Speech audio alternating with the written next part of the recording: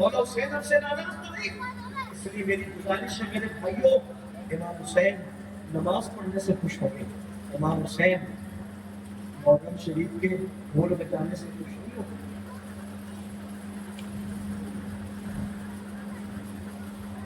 لوگ مجھے گالی دیتے ہیں، میں کہا شوق سے دو، لیکن پڑھنے کا والوں میں پوچھتا ہوں محرم کے نام پہ ڈھول بجانے تاشے بجانے والوں کس لیے؟ ابن جریر طبری کو اٹھا کر پڑھو، ابن جریر کو پڑھو، اتنا بڑا مفسر لکھ رہا ہے کہ جب امام حسین کی شہادت ہوئی تھی تو جن کی شادیوں میں ڈھول نہیں بجے ان کی شہادت میں ڈھول کیسے بجتے؟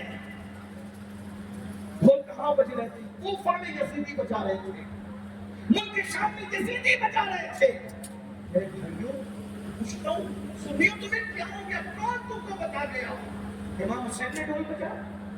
امام زین العابدین نے بجایا، معاذ اللہ، سیدہ زینب نے استغفر اللہ۔ سوچو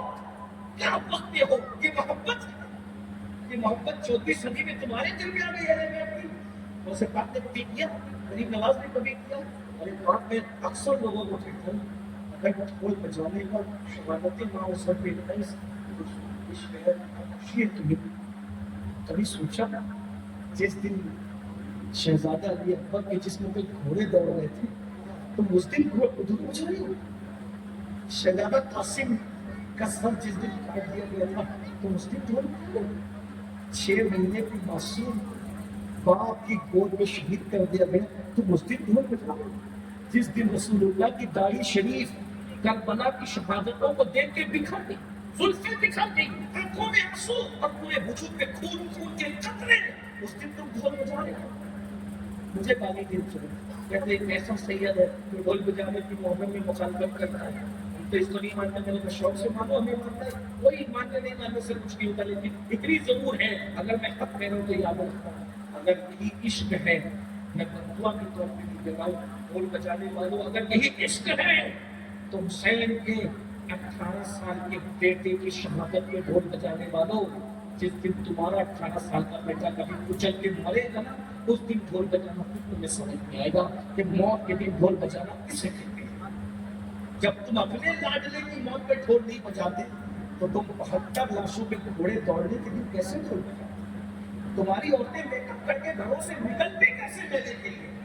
لوگوں کی ہمت کیسے ہوتی ہے عاشورہ کے دن پاؤڈر اور سرخی لگا کے اور سج دھج کے گھر سے نکلنے کی ہمت کیسے ہوتی ہے؟ کیا لوگ حدیث نہیں پڑھتے؟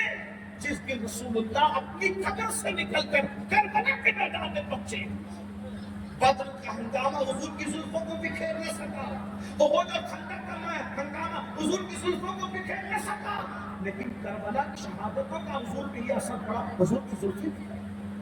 حضور کی داڑھی شریف بکھر گئی، داڑھی شریف پر گرد و غبار چومنے لگے، حضور کے ہاتھ میں کانچ کی شیشی ہے، حضور کا پورا وجود خون کے دھبوں سے ڈھکا ہوا ہے۔ ام المومنین ام سلمہ خواب دیکھ رہی، حضرت ابن عباس کہتے ہیں قربان شام یا رسول، حضور ہمارے باپ آپ نے قربان، ہماری جانیں قربان، حضور یہ ہم تک کیا ہے؟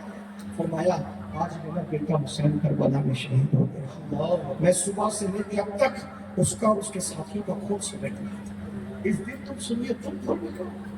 سوچو تو صحیح امام کے دل میں کیا گزرتی ہے؟ اس دن تم ناچو گے، اس دن تمہاری عورتیں میک اپ کر کے گھروں سے نکلے گی، کیا گزرے گی؟ ہم نے مولا حسین کی قدر رکھی، ان کی عزت رکھی، ابھی وہ دن تلاوت کا دن، وہ دن عبادت کا دن، وہ دن خرافات کا دن نہیں ہے، اور اگر آپ کو ایسا لگتا ہے کہ ہم لوگ غلط ہو گئے ٹھیک ہے پھر دعا کر لیں۔